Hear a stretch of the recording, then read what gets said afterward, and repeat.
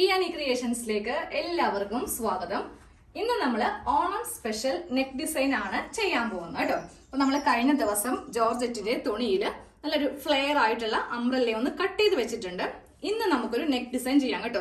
എല്ലാം കൂടി ഒറ്റൊരു വീഡിയോയിൽ ഉൾപ്പെടുത്താൻ പറ്റില്ല, കാര്യം വീഡിയോ കുറേ ലെങ്ത് ആയി പോകും. ഓരോ പാസ്റ്റ് ആയിട്ട് ഇടുമ്പോൾ നിങ്ങൾക്ക് ഓരോന്ന് കണ്ട് നല്ല സൂപ്പർ ആയിട്ടുള്ള കുർത്തി ഓണത്തിന് തയ്ച്ചിടാം. കുറെ ദിവസം ഉണ്ടല്ലോ, അപ്പൊ ഇഷ്ടംപോലെ സമയമൊക്കെ എടുത്തിട്ട് തുണിയെല്ലാം നല്ല കളറൊക്കെ നോക്കി സെലക്ട് ചെയ്യാം. പിന്നെ നമ്മൾ ഇന്ന് ചെയ്യാൻ പോകുന്ന നെക്ക് ഡിസൈനിൽ ഇതുപോലത്തെ ലേസ്, ഗോൾഡൻ ഷെയ്ഡിന്റെ ലേസ് ഒന്ന് വാങ്ങിക്കുക കേട്ടോ.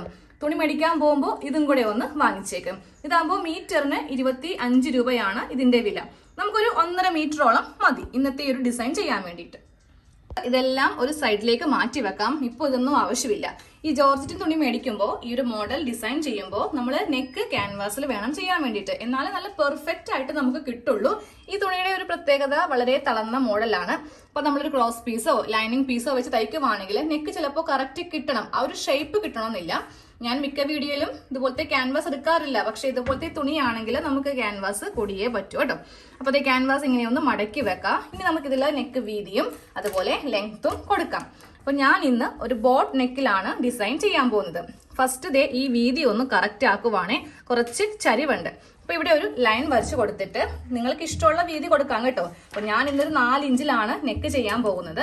ഇനി നമുക്ക് ഇവിടെ 4 ഇഞ്ച് തന്നെ ലെങ്ത്തും കൊടുക്കാം. എന്നിട്ട് ഇത് ആദ്യം ഒരു ബോക്സ് ആക്കി വരക്കാം. എന്നിട്ട് ഇതിൽ ഒരു നെക്ക് ഇങ്ങനെ ഒന്ന് മാർക്ക് ചെയ്ത് എടുക്കാം.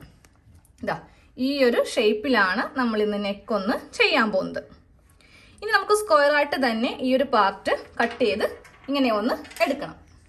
ക്യാൻവാസ് ഇങ്ങനെ ഒന്ന് കട്ട് ചെയ്തെടുത്തിട്ട് ഞാൻ തുണിയിലൊന്ന് ഒട്ടിച്ചെടുത്തിട്ടുണ്ട്. തുണി എടുക്കുമ്പോണ്ടല്ലോ കോട്ടന്റെ ഏതെങ്കിലും തുണി ഉണ്ടെങ്കിൽ എടുത്താൽ മതി.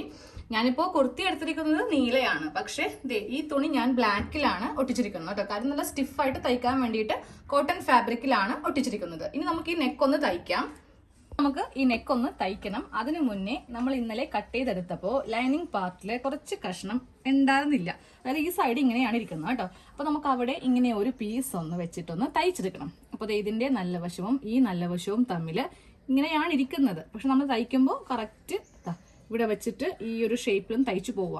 നിവർത്തുമ്പോൾ ഇങ്ങനെ കിട്ടുകയും ചെയ്യും. ബാക്കിയുള്ളതും കൂടെ കട്ട് ചെയ്ത് മാറ്റാം കേട്ടോ.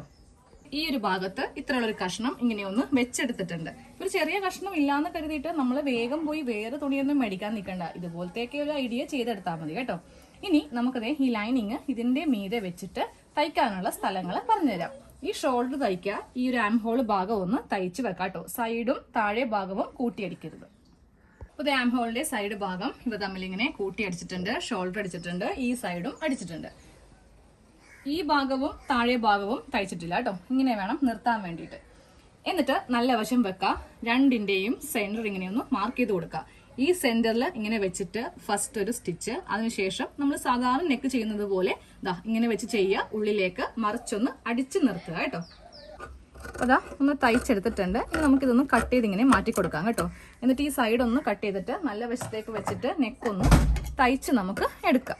നമ്മുടെ നെക്കൊന്ന് നമ്മളിങ്ങനെ വെച്ചിട്ടൊന്ന് തയ്ച്ചെടുത്തിട്ടുണ്ട്. ഇനി നമുക്ക് നേരെ ഇതിന്റെ സെന്റർ ഒന്ന് മാർക്ക് ചെയ്യാം കേട്ടോ. ഇനിയാണ് നമ്മൾ ഇതിൽ ഡിസൈൻ ചെയ്യാൻ പോകുന്നത്. നമുക്കിതിന്റെ സെന്റർ ഇങ്ങനെയൊന്ന് മാർക്ക് ചെയ്ത് കൊടുക്കാം. നമുക്ക് ഇതിന് ലെങ്ത് ഒരു 6 ഇഞ്ചോളം മതി കേട്ടോ. ഇവിടം വരെ മതി. സെന്റർ ഇങ്ങനെ മാർക്ക് ചെയ്ത് കൊടുത്തിട്ടുണ്ട്. ഇനി ഈ ഒരു ആം ഹോളിന്റെ സൈഡ്, അതായത് ഈ ഒരു സൈഡില് നമ്മൾ ഇവിടെ ഇങ്ങനെ മാർക്ക് ചെയ്ത് കൊടുക്കാം.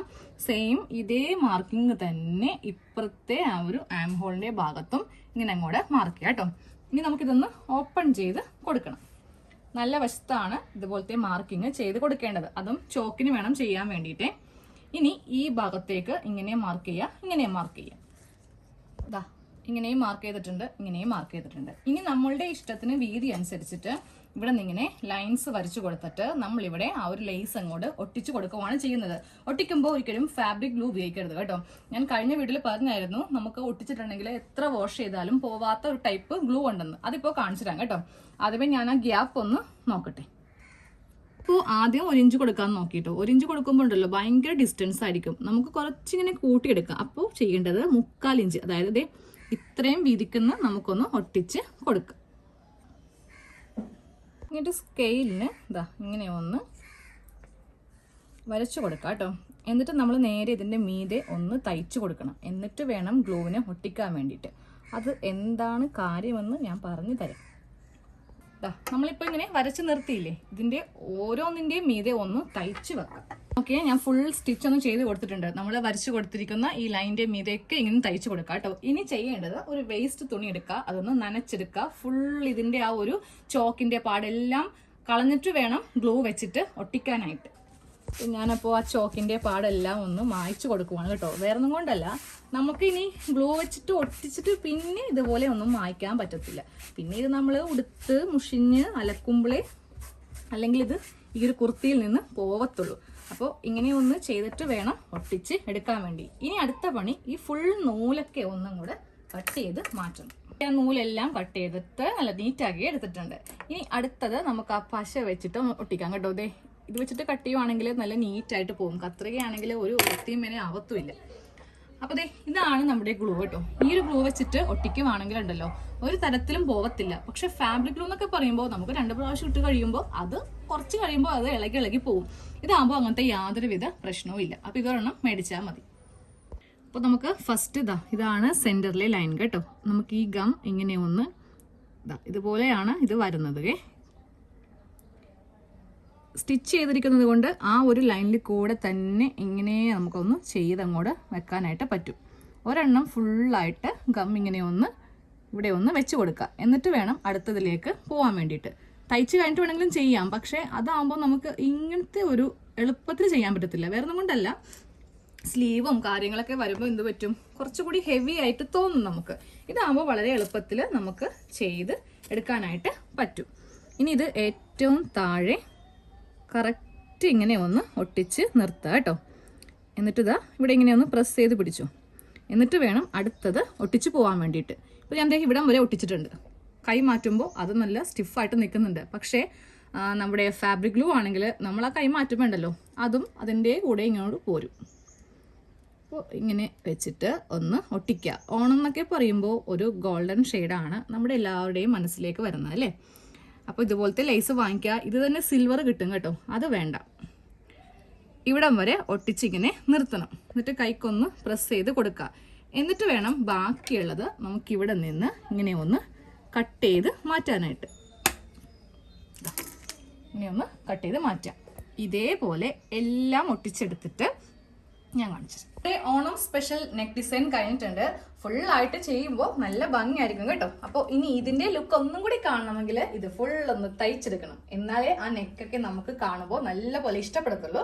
അപ്പോൾ ഇതിന്റെ പാർട്ട് 3 ഇട്ട് തരാം. കാര്യം ആദ്യമായിട്ട് ചെയ്യുന്നവരൊക്കെ ആണെങ്കിൽ നിങ്ങൾക്ക് ആ അംബ്രല്ല എങ്ങനെയാണ് താഴെ ഭാഗത്തൊക്കെ കസവ് അറ്റാച്ച് ചെയ്യാന്ന് അറിയാൻ പറ്റത്തില്ലല്ലോ. അപ്പോൾ ഇതിന്റെ പാർട്ട് 3 ഞാനിത് ഉടുത്ത് കാണിച്ചു തരാം കേട്ടോ. എന്നാലേ വേഗം പോയി ഈ തുണിയൊക്കെ മേടിച്ചിട്ട് ഈ ഒരു ലേസൊക്കെ വാങ്ങിച്ചിട്ട് നിങ്ങളിത് ചെയ്യത്തുള്ളൂ. റെഡിമെയ്ഡ് മേടിക്കുകയെ ചെയ്യരുത് കേട്ടോ. ഈ ഓണത്തിന് സ്വന്തമായിട്ട് തയ്ച്ചെടുക്കാം. ഓക്കെ, അപ്പൊ നമുക്ക് അടുത്ത വീഡിയോയിൽ കാണാം. Thank you.